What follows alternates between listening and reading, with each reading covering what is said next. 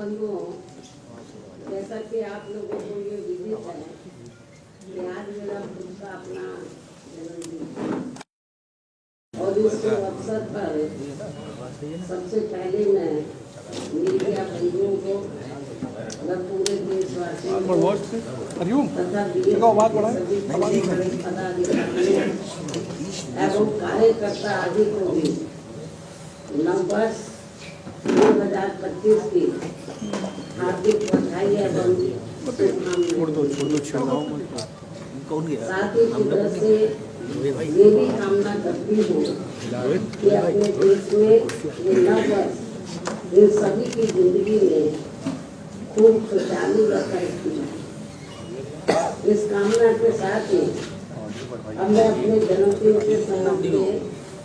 ये कहना चाहूँगी कि नव वर्ष के पहले महीने में ही अर्थात आज के ही दिन दिनांक 15 जनवरी को पूरे देश भर में पार्टी के लोग मेरा जन्मदिन विशेषकर इसे जन कल्याणकारी दिवस पीपल्स वेलफेयर डे के रूप में मनाते हैं और इस दौरान उन जन कल्याणकारी योजनाओं के बारे में अपने लोगों को बताते हैं जिन्हें यहाँ यूपी में 4 बार मेरे नेतृत्व में रही बीएसपी की सरकार में शुरू व लागू भी किया गया, जिनसे फिर यूपी के खासकर गरीबों, दलितों, आदिवासियों, पिछड़े वर्गों, मुस्लिम व अन्य अकलियतों की स्थिति में काफी कुछ बदलाव भी आया है, सुधार भी आया है। और अब उन योजनाओं की देश में दूसरी पार्टियों की राज्य सरकारें भी काफी नकल कर रही हैं, लेकिन इन लोगों के प्रति उनकी नीति व नीयत साफ नहीं होने की वजह से फिर ये सरकारें इन्हें कोई विशेष लाभ नहीं दे पा रही। इतना ही नहीं बल्कि मेरी सरकार द्वारा यहाँ मजदूरों, बेरोजगारों, किसानों, व्यापारियों व अन्य मेहनतकश लोगों के साथ में छात्रों, महिलाओं, बुजुर्गों एवं विकलांगों आदि के हितों में भी अनेकों नई जन कल्याणकारी योजनाएं शुरू व लागू की गई, जिनसे इन्हें काफी ज्यादा लाभ पहुँचा है और जिनसे प्रेरित होकर अब पार्टी के लोग यहाँ फिर से यूपी में व यूपी की तरह पूरे देश में भी ऐसी ही जन कल्याणकारी सरकार बनाने के लिए पूरे जी जान से लगे और यदि इसके लिए पार्टी द्वारा किए गए कार्यों के प्रति इनकी पूरी ईमानदारी व निष्ठा आदि होती है तो फिर यही मेरे जन्मदिन पर इनका हमेशा ये विशेष तोहफा भी है। इस उम्मीद के साथ ही अब मैं अपनी पार्टी के ऐसे सभी छोटे बड़े पदाधिकारियों, कार्यकर्ताओं एवं शुभचिंतकों आदि का भी हार्दिक दिल से आभार एवं शुक्रिया अदा करती हूँ जो इसी सोच व धारणा के तहत ही मेरा जन्मदिन मनाए। साथ ही इस अवसर पर परम पूज्य बाबा साहब डॉक्टर भीमराव अम्बेडकर एवं मान्यवर श्री काशीराम जी के कार्यों को आगे बढ़ाने के लिए बीएसपी को पूरे तन मन धन से सहयोग करने का अपना संकल्प भी दोहरा रहे और अब उनका बढ़ चढ़कर यही नारा है जो आज के दिन जो वो लोग नारा लगा रहे हैं मेरा जन्मदिन मनाने के मौके पर वो नारा लगा रहे हैं कि बाबा साहब का मिशन अधूरा बीएसपी करेगी।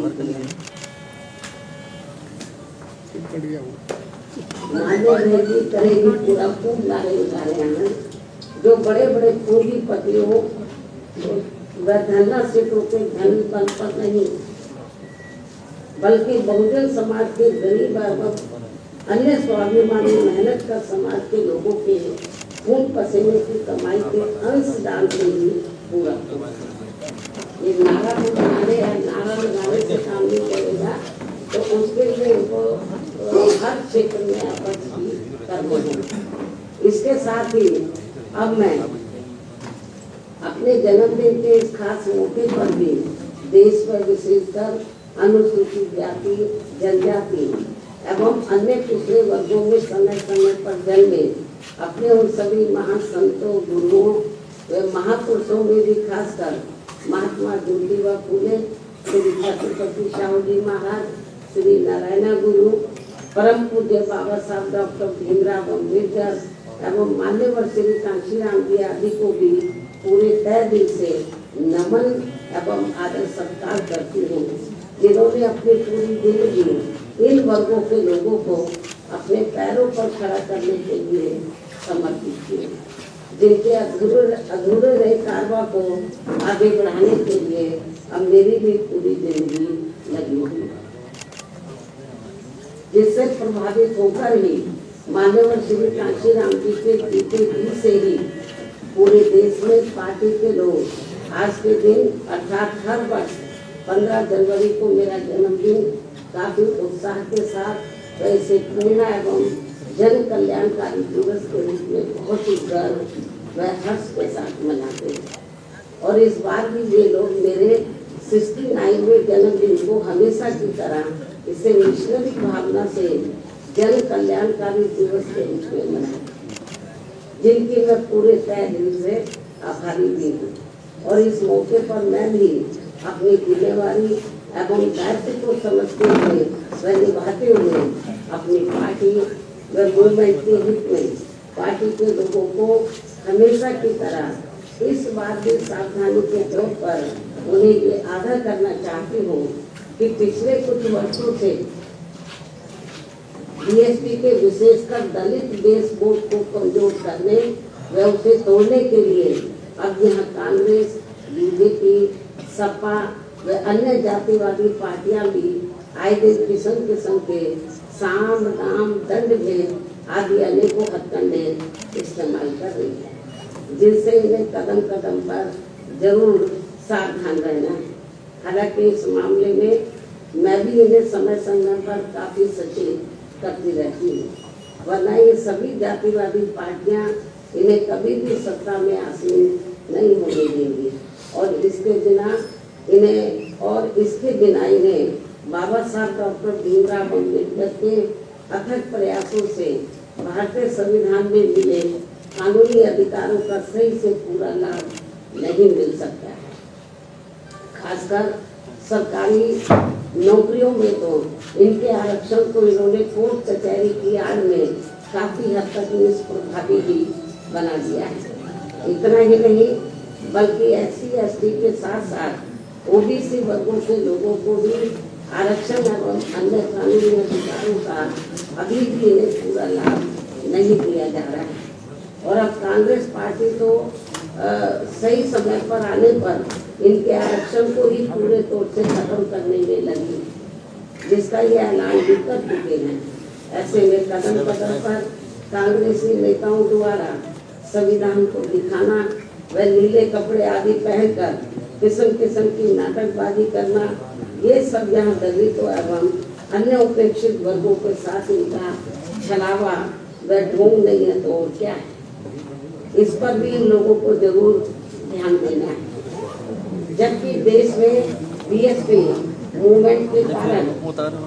दलितों एवं अन्य उपेक्षित वर्गों में परम पूज्य बाबा साहब डॉक्टर भीमराव अम्बेडकर एवं उनके निर्मित किए गए मानवतावादी संविधान के प्रति आई जागृति व सत्ता संघर्ष हेतु आई चेतना आदि के कारण अब विशेषकर दलित एवं आदिवासियों के वोटों को हथियाने में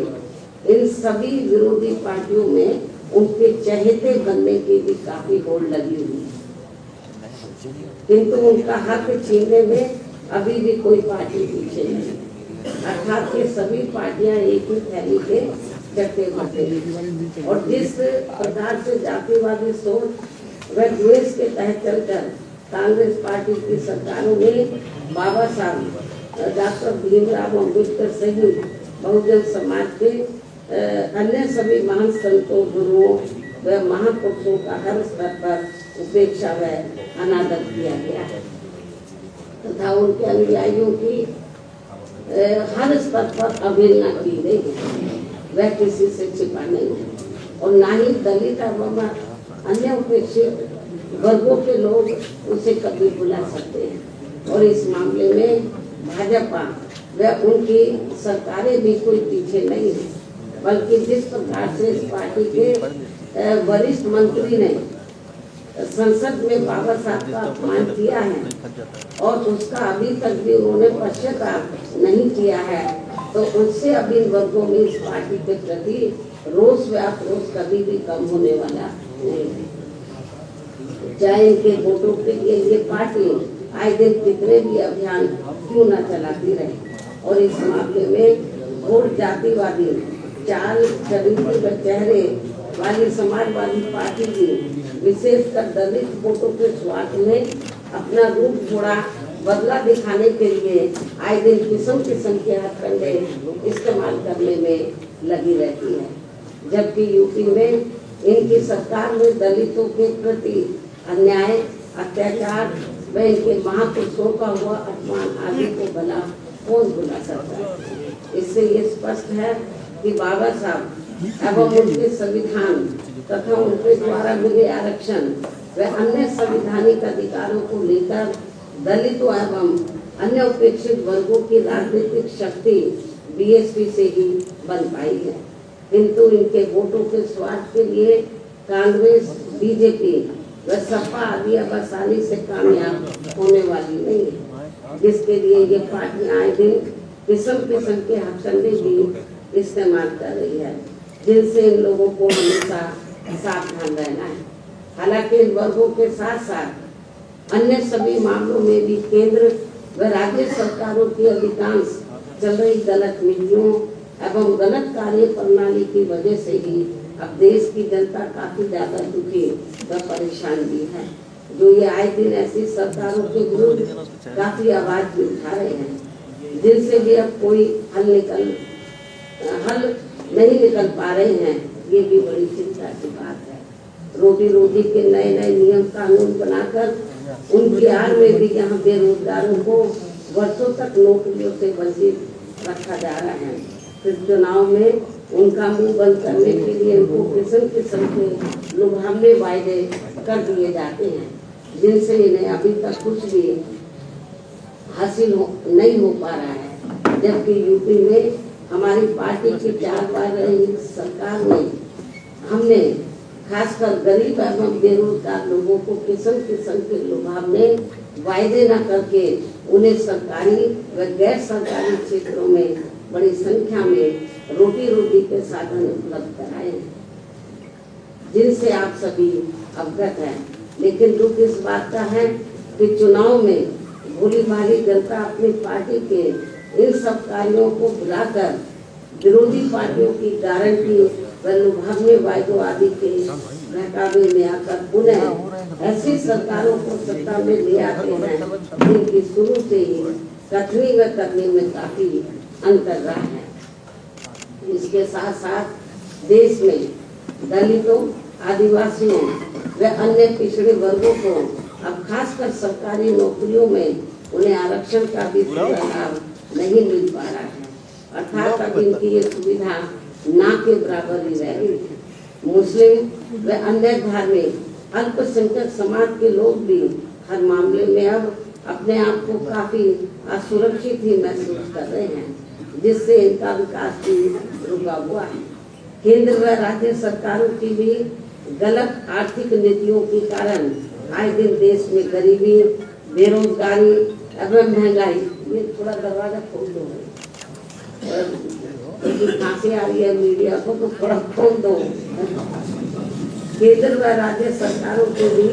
गलत आर्थिक नीतियों के कारण आए दिन देश में गरीबी, बेरोजगारी एवं महंगाई आदि भी काफी ज्यादा बढ़ रही है, जिससे विशेषकर यहाँ गरीब एवं मध्यम वर्ग के लोग सबसे ज्यादा परेशान व दुखी हुए हैं।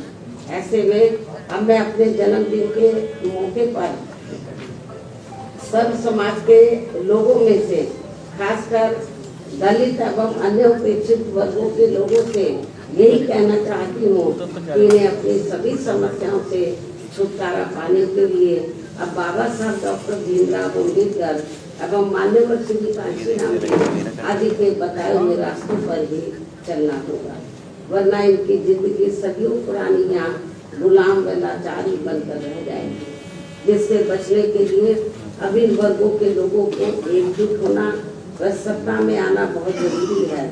साथ ही इसके लिए इनको कांग्रेस, बीजेपी व अन्य जातिवादी पार्टियों के सभी हथकंडों से भी हमेशा ही सावधान रहना है, जिनके बारे में समय समय पर मैं खुद भी अपने लोगों को सचेत करती रहती हूँ। और अब मेरा यही कहना है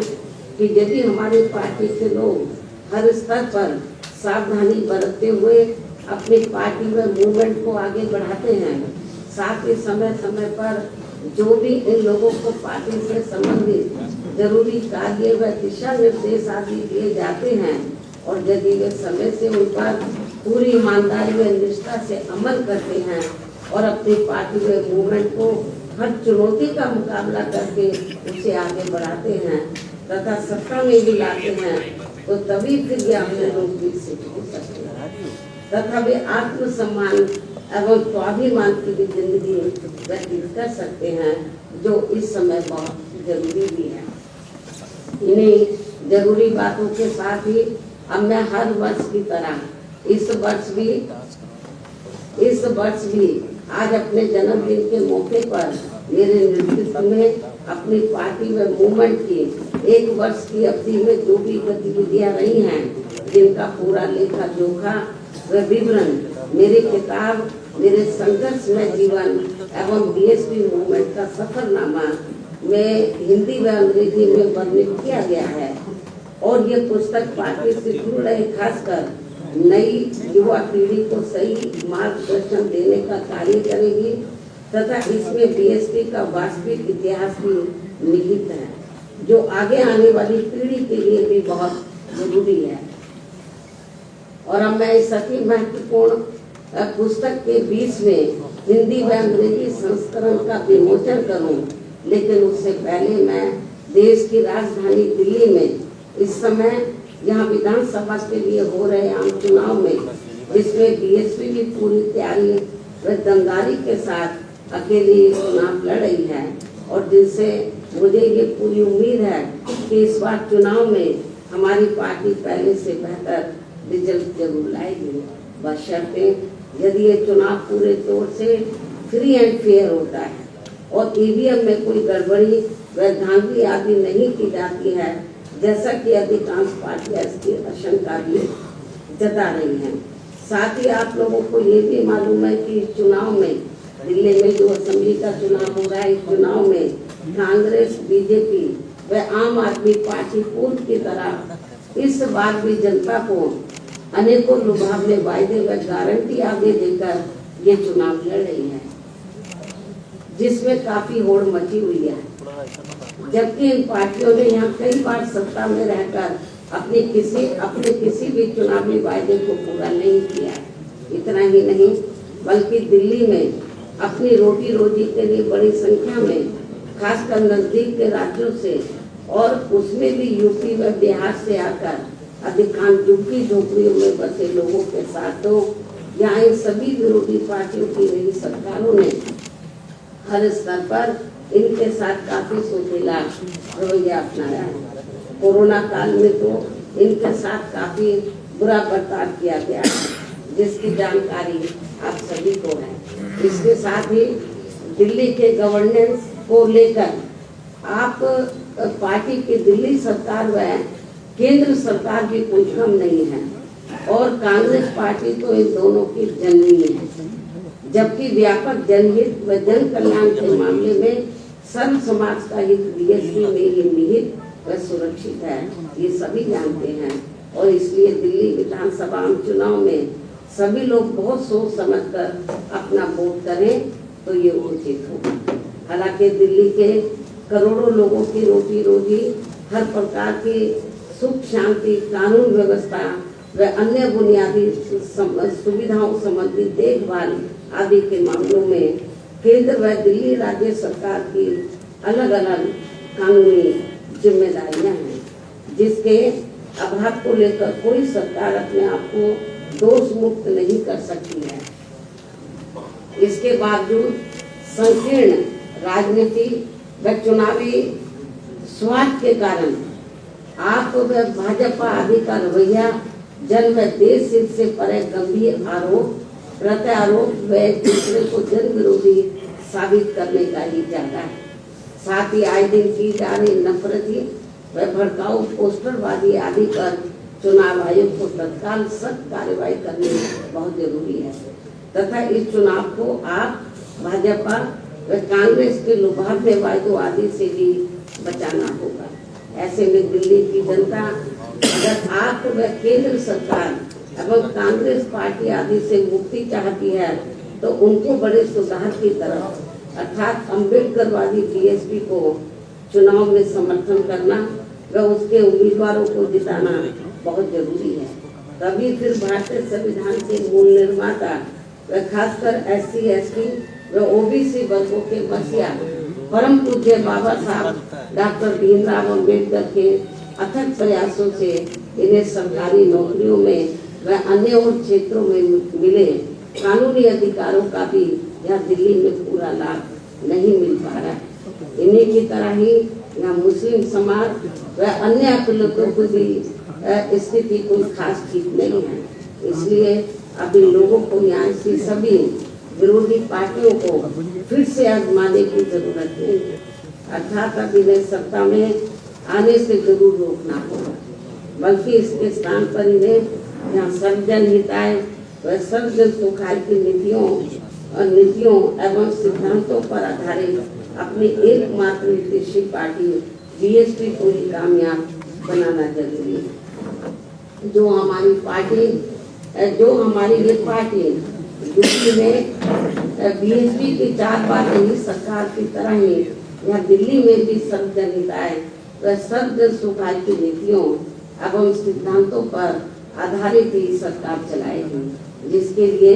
मेरे दिशा निर्देशन में यहाँ पार्टी के यानी कि दिल्ली में जिसके लिए मेरे दिशा निर्देशन में यहाँ पार्टी के नेशनल कोऑर्डिनेटर श्री आकाश आनंद के नेतृत्व में पार्टी दिल्ली यूनिट के लोग तथा अन्य वरिष्ठ पदाधिकारी भी पूरे जी जान से लगे और ऐसा हो जाने पर ही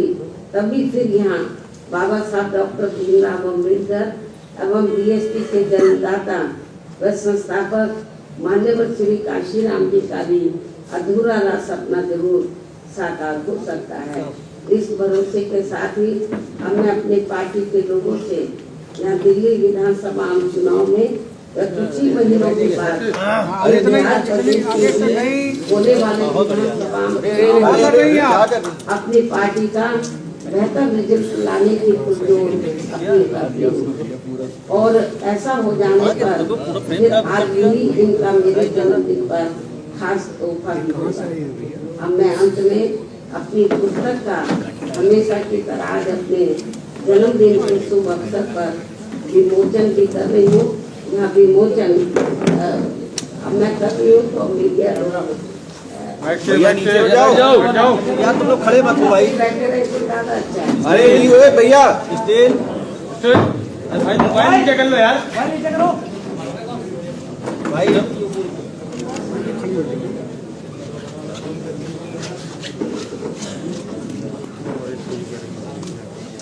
अरे नीचे रहो भाई, मोबाइल नीचे कर लो।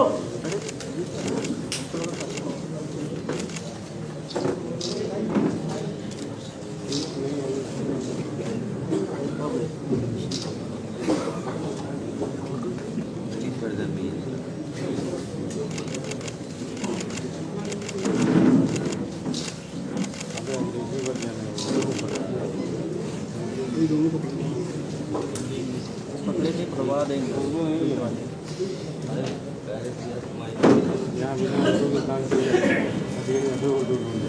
आप दोनों को जोड़ लेना, एक्सपर्ट हैं आप लोग। इधर की उधर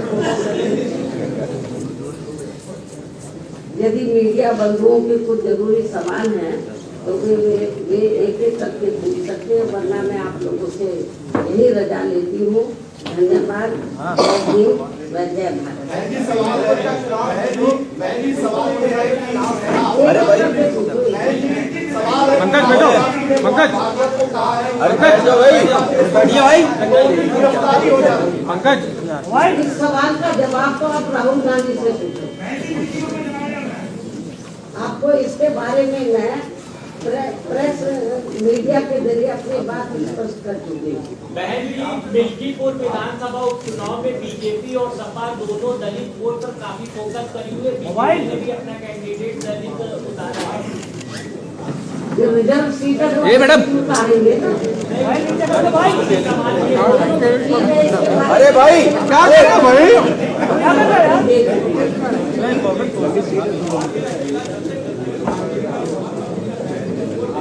कोई बात नहीं, ये मेरी आप बात सुनो। अकेले चुनाव लड़कर ही हमने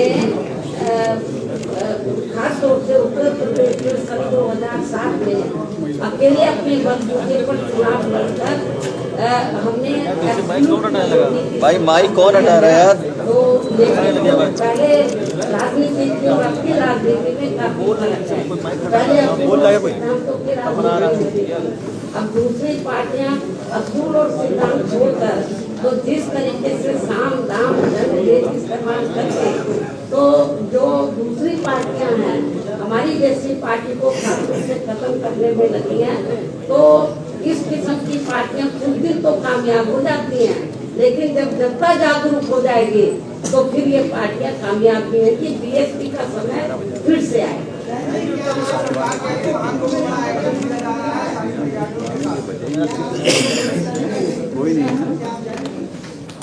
पहले ये जो कुंभ का जो महाकुंभ का जो स्नान है या मेला जो लगा हुआ है, इसके बारे में लोगों की अपनी अपनी आस्थाएं होती है। तो जो आस्था रखता वो लोग जा रहे हैं, तो मुझे इसके बारे में क्या बोलना है? इसमें कोई निमंत्रण थोड़ी ना दिया जाता है। मेरा सवाल ये है, ये तो अपनी अपनी आस्था होती है। मैडम ये सवाल ये है, आप इंडिया अलायंस का आप भविष्य देखती हैं अभी भी? हैं? इंडिया अलायंस का भी कोई भविष्य देखती हैं? नो, ठीक है, धन्यवाद।